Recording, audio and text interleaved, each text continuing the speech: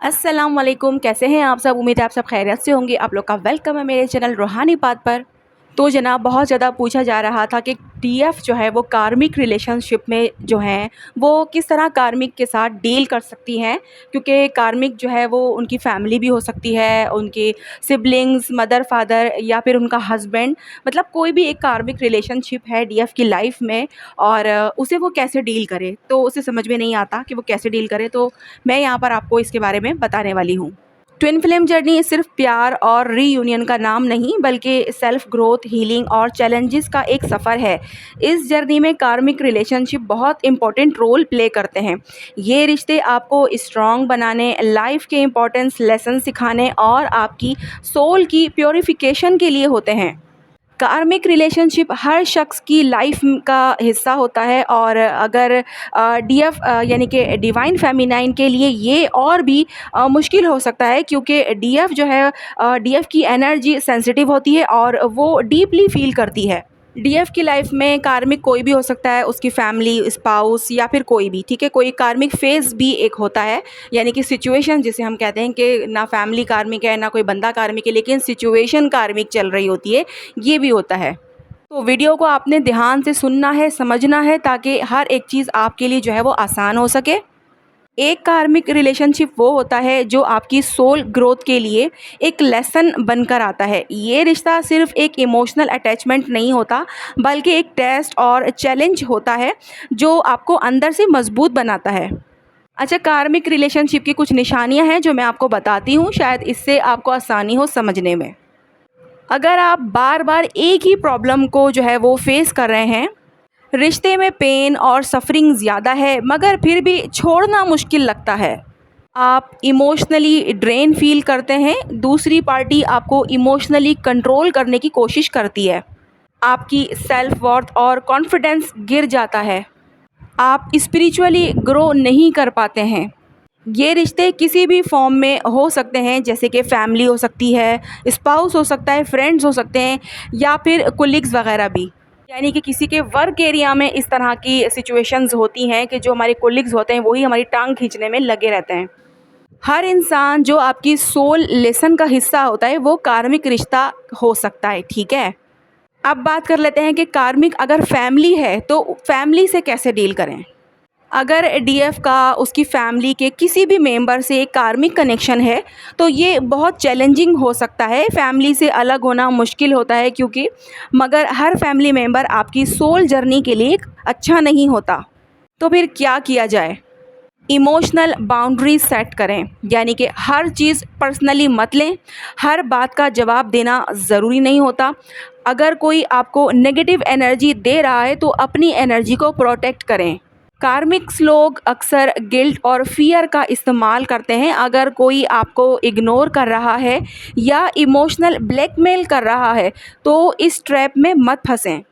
दुआ करें और ज़्यादा से ज़्यादा मेडिटेशन करें ताकि आप सुकून में रह सकें। अपने अपने रिलीजन के अकॉर्डिंग जो भी आप लोगों को मतलब सुकून दे सकता है वो चैंटिंग करें, वजीफ़े पढ़ें, या जो भी मतलब है आप लोगों के रिलीजन में अपने हिसाब से वो चीज़ आप फॉलो कर सकते हैं ख़ुद को सुकून में रखने के लिए। और साथ साथ अपनी लाइफ पर ही फोकस करें। फैमिली की नेगेटिविटी को अपने ऊपर हावी ना होने दें। अपने गोल्स और सेल्फ ग्रोथ पे फोकस करें। अब बात कर लेते हैं कि कार्मिक अगर स्पाउस यानी कि शौहर, हस्बैंड है या वाइफ है तो उससे कैसे डील करें। अगर डीएफ का स्पाउस एक कार्मिक पार्टनर है तो ये और भी मुश्किल होता है, क्योंकि ये रिश्ता सिर्फ इमोशनल नहीं बल्कि लीगल और सोशल कमिटमेंट भी होता है। कार्मिक स्पाउस की कुछ निशानियां हैं जो मैं आपको बताती हूँ ताकि आपको समझ में आ सके कि अगर आप कार्मिक हस्बैंड के साथ हैं तो वो कार्मिक है या नहीं। तो मैं उसकी कुछ निशानियां बताती हूँ ताकि आप लोगों को समझ में आ सके। आप हमेशा गिल्ट और स्ट्रेस में रहेंगे। हस्बैंड या वाइफ इमोशनली एब्यूसिव है और आप स्पिरिचुअली ग्रो भी नहीं कर पा रहे हैं। रिश्ता एक टॉक्सिक साइकिल बन चुका है जो कभी सॉल्व ही नहीं होता है और आप अपनी आइडेंटिटी ही खो चुके हैं। तो जनाब, अगर आप कार्मिक स्पाउस के साथ बंधे हैं तो क्या करना चाहिए? अपनी सेल्फ वर्थ को समझें, यानी कि अगर रिश्ता सिर्फ कॉम्प्रोमाइज़ का नाम है तो ख़ुद को रिस्पेक्ट दें। अगर आप सिर्फ दूसरे की खुशी के लिए जी रहे हैं तो ये रिश्ता हेल्दी नहीं है। डिवाइन पे यकीन रखें, डिवाइन से दुआ करें कि जो आपके हक़ में बेहतर हो वो ही हो। अगर सेपरेशन लिखा है तो उसका भी एक मकसद होगा। अगर टॉक्सिसिटी एक्सट्रीम है तो सेपरेशन का सोचिए। हर रिश्ता फॉरएवर नहीं होता, कुछ सिर्फ एक लेसन के लिए होते हैं। अगर आप इमोशनल, मेंटल या फिज़िकल अब्यूज़ फेस कर रहे हैं तो अलग होने का भी ऑप्शन सोचा जा सकता है, ठीक है। अब बात करते हैं कि कार्मिक दोस्त और कोलीग्स से जो है वो कैसे डील करना है। वर्किंग एरिया पर जो हैं आपके कार्मिक्स मौजूद हैं, या फिर फ्रेंड सर्किल के अंदर ही कुछ कार्मिक्स हैं जो टांग खींचने में ही लगे रहते हैं। कार्मिक कोलीग्स या फिर फ्रेंड्स की कुछ निशानियाँ होती हैं, मैं बताती हूँ कि वो निशानियाँ क्या हैं। आप उनके साथ टाइम गुजारने के बाद ड्रेन फील करते हैं। वो सिर्फ तब याद करते हैं जब उनको आपकी ज़रूरत होती है। अगर आप कार्मिक फ्रेंड्स या वर्क रिलेशन से घिरे हुए हैं तो क्या करें, मैं बताती हूँ।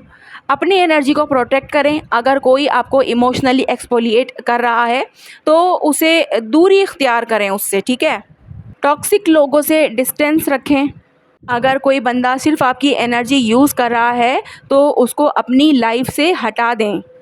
अगर कोई आपको नीचा दिखाने की कोशिश करे तो उसका जवाब सेल्फ रिस्पेक्ट के साथ दें। जनाब, कार्मिक रिलेशनशिप से निकलने के बाद हीलिंग कैसे करें, ये भी मैं आपको बता देती हूँ। अगर आप कार्मिक साइकिल से निकल आए हैं तो अब हीलिंग की ज़रूरत है।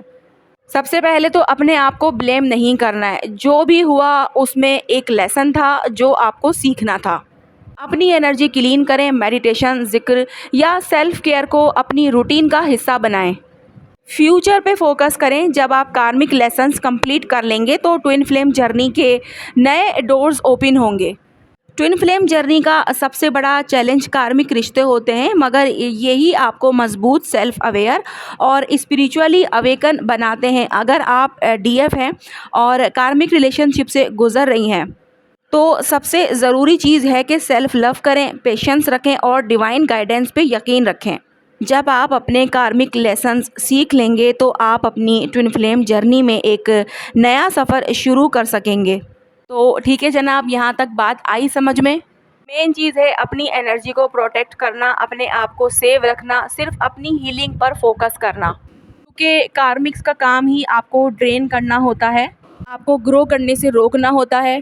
कार्मिक कभी भी आपको सक्सेस की तरफ जाता हुआ नहीं देख सकता, तो इसी तरह आप उससे डील करते हुए ही आगे बढ़ सकते हैं और स्पिरिचुअली ग्रो कर सकते हैं, अपने गोल्स अचीव कर सकते हैं।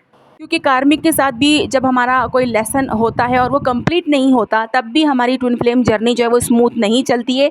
डीएम के साथ भी अप एंड डाउन होते ही रहते हैं, जो कि हम समझते ही नहीं, क्योंकि यहाँ हमारी लाइफ में कार्मिक ऑलरेडी पैटर्न चल रहा है जिसे हम नहीं समझ पा रहे हैं, ना ही उससे डील कर पा रहे हैं और ना ही ख़ुद को हील कर पा रहे हैं। तो जब हम ये लेसन सीख ही नहीं पा रहे हैं, तो जब तक एक लेसन ख़त्म नहीं होगा तो दूसरा लेसन स्टार्ट कैसे होगा। तो जनाब, बात आ गई होगी समझ में, ठीक है। कुछ नहीं आया हो तो आप लोग कमेंट में मुझसे पूछ सकते हैं, मैं बताने की पूरी कोशिश करूँगी। तो जनाब, आज की वीडियो जो है वो यहीं तक है। अपना बहुत सारा ख्याल रखिएगा और मुझे दुआओं में याद रखिएगा। अल्लाह हाफ़िज़।